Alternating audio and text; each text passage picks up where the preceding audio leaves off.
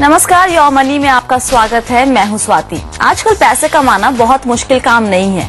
मुश्किल तो तब आती है जब हम उस पैसे को सेव या फिर इन्वेस्ट करने की सोचते हैं।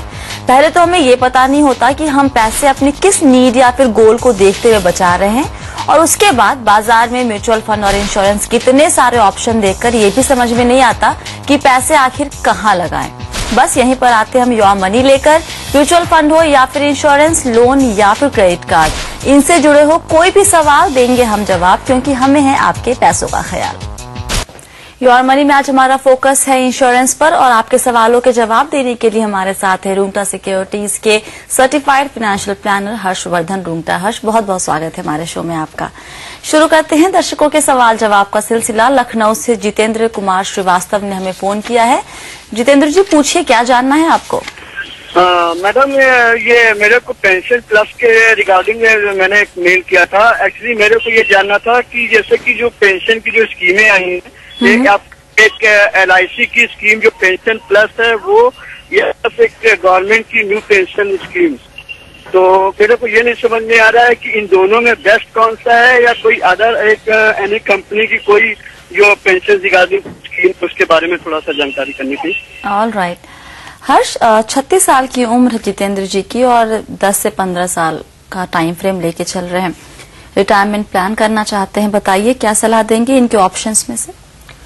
जितेंद्र जी, आपने सही आइडेंटिफाई किया है कि पेंशन पॉलिसी में एक न्यू NPS जो न्यू पेंशन स्कीम गवर्नमेंट ने इंट्रोड्यूस की है, और LIC की पेंशन प्लस।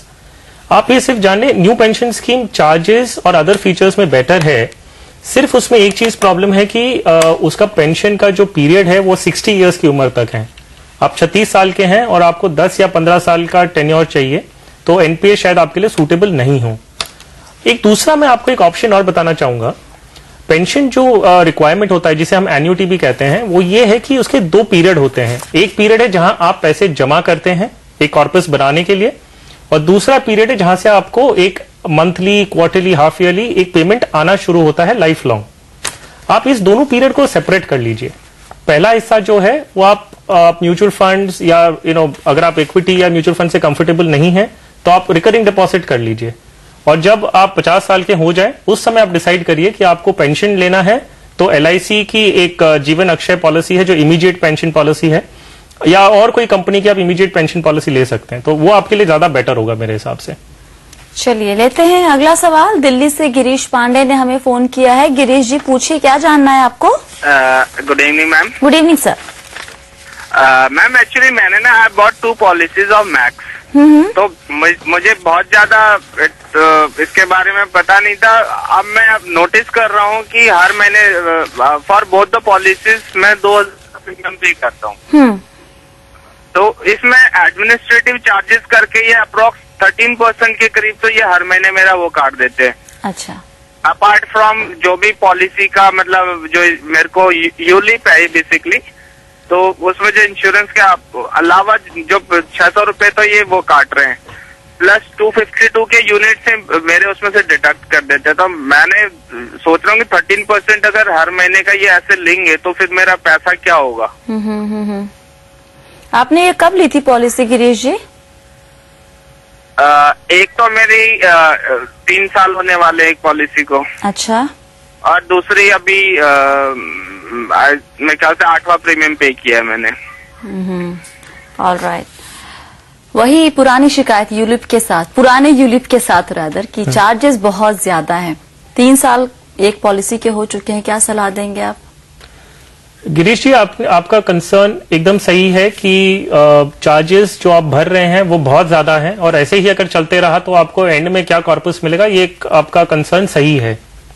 सिर्फ मैं आपसे इतना कहूंगा कि आप ये पॉलिसी जो शिक्षा प्लस है, इसके दूसरे फीचर्स भी एक बार देख लें। रिटर्न्स डेफिनेटली एक पैरामीटर है, लेकिन आपने जो चाइल्ड प्लान लिया है शिक्षा प्लस में 1-2 और दूसरे फीचर्स हैं। अगर आप वो फीचर से कंफर्टेबल हैं, उसमें एक प्रोटेक्शन है, जैसे अगर आपकी एज अ पेरेंट मृत्यु हो जाती है तो आगे के कोई भी प्रीमियम आपको किसी को भी आपके परिवार को भरना नहीं है, और पॉलिसी कंटिन्यू रहती है। तो अगर ये सारे फीचर्स आपको अगर कंफर्टेबल लग रहे हैं तो आप कंटिन्यू रखिए, नहीं लग रहे हैं तो यस, आप इट्स बेटर कि आप उसे अभी बंद कर दें, रादर वो और 5-6 साल चले और फिर आप रियलाइज करें। तो आप अभी बंद करके दूसरे ऑप्शन सिलेक्ट कर सकते हैं। और दूसरे ऑप्शंस क्या हो सकते हैं? अगर शिक्षा प्लस बेसिकली आई थिंक ये बच्चों के लिए पॉलिसी ली जाती है। That's right. तो और क्या ऑप्शन आप इनको बता सकते हैं? आप म्यूचुअल फंड में SIP शुरू कर लीजिए, जो रिटर्न्स के जो पैरामीटर है उसमें काफी अच्छा कंसिडरेशन होता है। और क्योंकि इनका रिटर्न्स का ज्यादा ध्यान है, उसीलिए मैं सजेस्ट कर रहा हूँ दूसरे पॉलिसी देख लें, नहीं तो अदरवाइज एक बार वो कंपेयर करेंगे तो शायद उनको बेटर आइडिया आ जाएगा। हर्ष, जब हम नॉर्मली बात करते हैं इन्वेस्टमेंट के नजरिए से, क्योंकि लोगों को ये डिफरेंस समझ में नहीं आता कि इंश्योरेंस या यूलिप में हम क्यों डाल रहे हैं पैसे और हम म्यूचुअल फंड में क्यों डाल रहे हैं पैसे, तो किस पैरामीटर पर अगर हम यूलिप को कंपेयर करें किसी म्यूचुअल फंड से, क्योंकि यूलिप अगर बाजार में है तो लोग तो लेंगे ही, कुछ तो उसके प्लस पॉइंट ऐसे होंगे जो कहीं ना कहीं म्यूचुअल फंड से आगे पीछे हो रहे होंगे, तो किस पैरामीटर पे यूलिप एक्सीड कर जाता है, आगे बढ़ जाता है म्यूचुअल फंड से? देखिए, एक है कि ये एडमिनिस्ट्रेटिव जो हम बोलते हैं कि एक ही डॉक्यूमेंट में आपको इंश्योरेंस भी मिल रहा है और आपका इन्वेस्टमेंट भी हो रहा है। और यही चीज हम अगर दो अलग प्रोडक्ट लेना चाहे कि हम टर्म पॉलिसी ले लें और सेपरेटली एक म्यूचुअल फंड SIP करें, तो ये थियोरेटिकली जो हम बात कर रहे हैं बहुत ही आइडियल कॉम्बिनेशन है। ओके।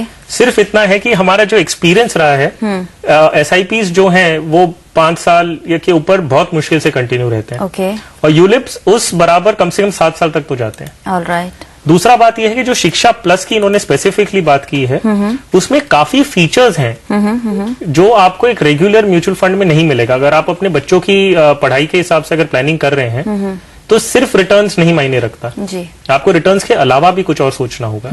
तो वो चीजें जो हैं वो एक चाइल्ड प्लान यूलिप प्लेटफॉर्म पे या ट्रेडिशनल प्लेटफॉर्म पे आप लेते हैं तो वो आपको सफाइस करता है। ऑलराइट। तो गिरीश जी, आप एक बार फिर से अपने पॉलिसी के फीचर्स चेक कीजिए। आप अगर सिर्फ और सिर्फ रिटर्न पे जा रहे हैं तो आप शायद आप गलत जगह पर है, तो फिर आपको म्यूचुअल फंड में जाना चाहिए।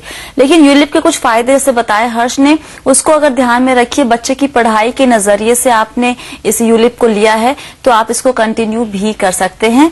आप सिर्फ और सिर्फ रिटर्न के पैरामीटर पर हैं तो आप म्यूचुअल फंड का रुख कर सकते हैं।